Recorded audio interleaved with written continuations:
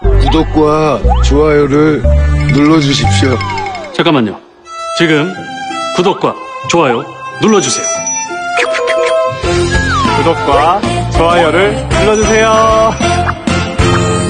구독과 좋아요를 눌러주세요. 알람 설정까지요. Halo guys, selamat datang di YouTube channel aku. Kali ini kita mau mereview film Bangsal Isolasi.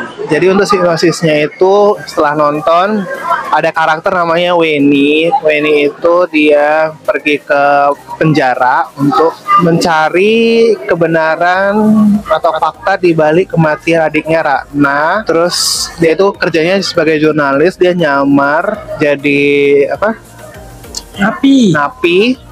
Nah, baru dia ulik tuh alasan kenapa si Ratna itu meninggal. Ya tidak wajar lah ya, sampai dia menemukan rahasia besar di balik penjara tersebut. Meskipun sebenarnya sih udah ketebak ya siapa pelakunya, siapa dalangnya. Karena ini kan action thriller. Indonesia tuh jarang sebenarnya ngangkat film action thriller gini, tapi di luar negeri itu udah banyak. Dan karena kita udah terlalu sering nonton film luar, jadi kita tahu. Jadi kita kayak tahu gitu siapa pelakunya, jalan ceritanya gimana tanpa perlu tahu sinopsisnya gitu kan. Jadi kurangnya di situ sih. Cuman untuk visualisasinya masih oke lah gitu.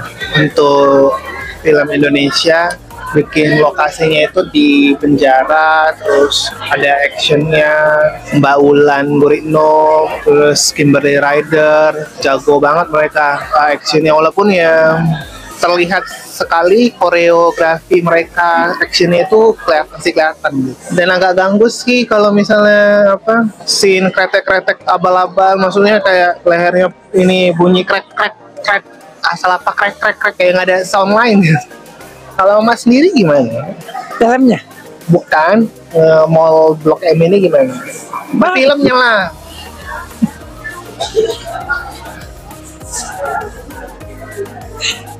Filmnya sih biasa-biasa aja, karena ceritanya pun fokusnya nggak tahu kemana. Fokusnya mungkin hanya mencari adiknya kenapa meninggal itu nih Sally. Tidak, itu kan sebenarnya gini loh. Kalau dalam cerita itu sebenarnya hanya mendamping aja. Ini film nih fokusnya nggak jelas. Masa sih remeh-temeh kali karena cari si Ratna, matinya karena kenapa? Cuman kayak begitu doang di penjara. Udah nggak ada apa-apanya. Ya jadi fokusnya harusnya gini, bahwa si wartawan itu memang masuk ke dalam itu mendengar kalau di penjara itu ada sesuatu gitu. Di samping itu kematian adiknya. Jadi ada fokusnya. Sekarang kan ini kan pokoknya penjara nih. Fokusnya penjara yang di dalamnya tuh ada sesuatu, yaitu tapi spoiler. Ya jadi ya gitulah, datar. Klimaksnya di mana coba? Klimaksnya pada saat mereka tahu siapa dalangnya.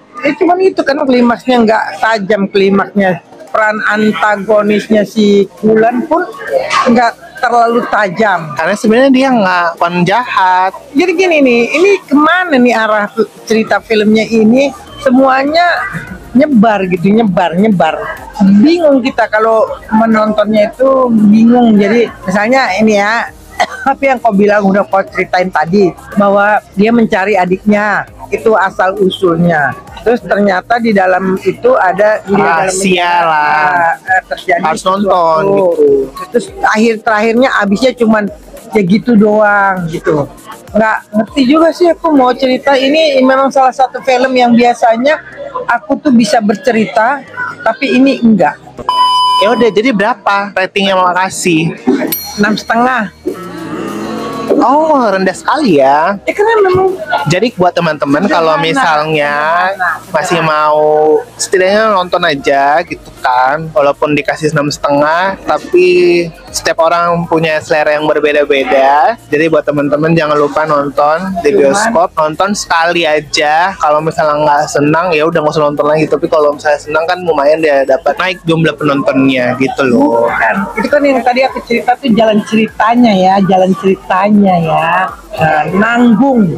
Jadi aku bilang biasa-biasa saja. Tidak ada yang Iya, masa nggak ada yang spesial? nggak ada yang menggigit. Tapi kalau Aja ikutan terbawa suasana Enggak, ketika si Weni melawan penjahatnya. bukan kalau ya namanya kalau aku itu yang namanya kekerasan itu memang paling nggak bisa, takut terpengaruh. Memang senang tapi nggak bisa kubuka mataku sepenuhnya karena takut nanti memasuki ke dalam pikiranku. Cuman di sini kelebihannya si Wulan itu sama yang peran utamanya itu Weni Weni.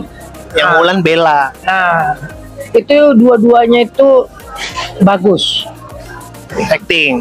Ya, dia dalam peran itu memang bisa dikategorikan 90% dia sudah mencapai acting yang bagus di dalam film itu. Dia dapat dah. Tapi jalan cerita film itu yang saya ceritakan kurang menggigit atau kurang menantang. Biasa-biasa saja.